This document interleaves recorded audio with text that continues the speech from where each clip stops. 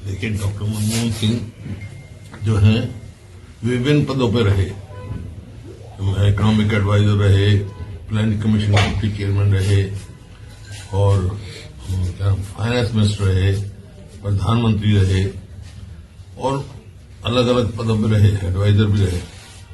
जिस भी पद पे रहे उन्होंने वहीं अपना छाप छोड़ी उन्होंने। और क्योंकि उनका वो एक पक्के देशभक्त थे, ईमानदार थे और सूझबूझ वाले आदमी थे, दूरदर्शी थे। प्रशासन चलाना तो बहुत आसान है, लेकिन असली प्रशासक वो होता है जो आने वाले 20-30 साल का देखे। जब वो वित्त मंत्री थे तो वो इकोनॉमिक रिफॉर्म्स लेके आए, लिबरलाइजेशन लेके आए। जो पद्धति थी लाइसेंस की पद्धति खत्म करे, लिबरलाइजेशन लेके आए ताकि आपस में वो हो। उससे देश के आर्थिक स्थिति में बदलाव आया और देश ने एक नया रास्ता चुना। उस समय देश आर्थिक संकट में था और इतना गहरा संकट था कि कभी भी देश का दिवाला घोषित हो सकता था। तो डॉक्टर साहब ने उस समय वित्त मंत्री थे, खाद की कीमत बढ़ा दी एक। मैं पार्लियामेंट्री फार्मर्स फोरम का सेक्रेटरी था, तो 20-30 सांसद लेके मैं इनके पास गया। मान लीजिए किसान को तो बड़ा मुश्किल हो गया, इतनी कीमत बढ़ा दी आपने।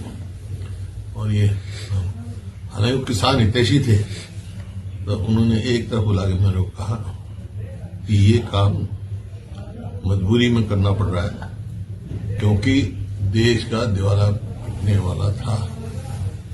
सोना भी हमारा बाहर रखा था, आपको याद होगा, तो लाए। लेकिन उन्होंने कहा क्योंकि मैं किसान का हितैषी हूं, छोटे किसान का कम कर दिया उन्होंने। और आहिस्ता आहिस्ता देखा आपने, फिर एमएसपी हर साल उन्हें अच्छा किसान को दिया। किसान के लिए उनकी सदा हो रही कि वो समझते थे कि किसान ही देश की रीढ़ की हड्डी है। तो इस प्रकार से फिर वो प्रधानमंत्री बने और मेरे को मौका मिला प्रदेश का मुख्यमंत्री बने। उस दौरान जो उन्होंने हरियाणा की प्रगति में, तो आज हरियाणा जब हमने डॉक्टर मनमोहन सिंह प्रधानमंत्री नहीं रहे और सरकार दूसरी बन गई, उस समय जब हरियाणा प्रति व्यक्ति आय, प्रति व्यक्ति निवेश में एक, उसमें डॉक्टर साहब की सबसे ज्यादा देन थी। और कोई भी संस्थान ऐसा नहीं है जो हरियाणा में ना दिया उन्होंने।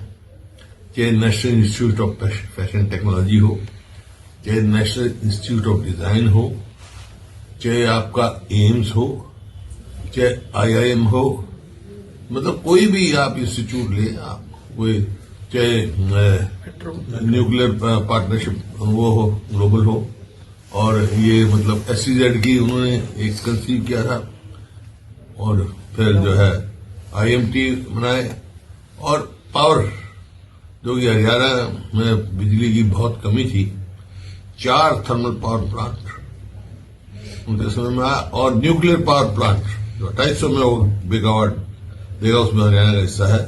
वो फतेहाबाद जिले में लगाने का काम किया, गोरखपुर गांव में। तो इस प्रकार से पूरे हरियाणा में आप देखो, हर उसमें हरियाणा ने प्रगति की। उसमें डॉक्टर साहब का बड़ा खास रुचि रहे और उनके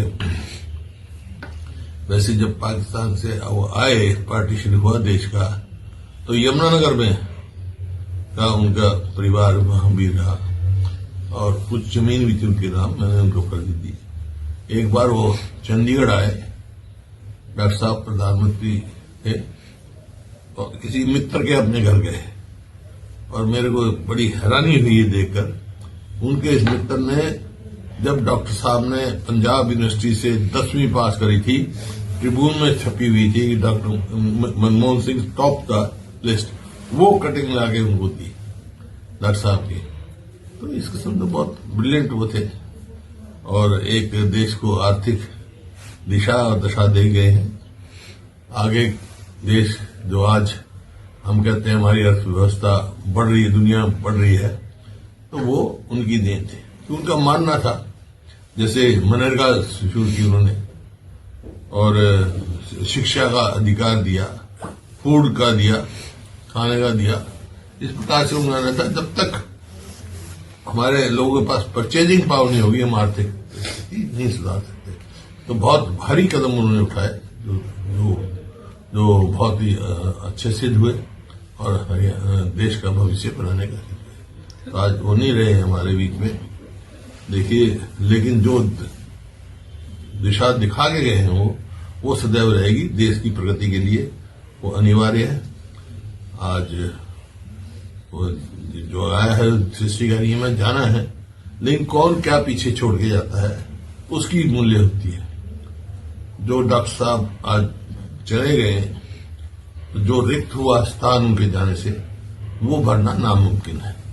तो मैं अपनी ओर से भी समस्त हरियाणा की ओर से उनको श्रद्धांजलि अर्पित करता हूं और परिवार के साथ उनके में खड़े। स्मारक कोई याद नहीं था, डॉक्टर साहब नहीं रहे इस बार, वो तो हमारे कांग्रेस अध्यक्ष ने पत्र लिखा है, वो अखबार में छपा है। ठीक, थैंक यू।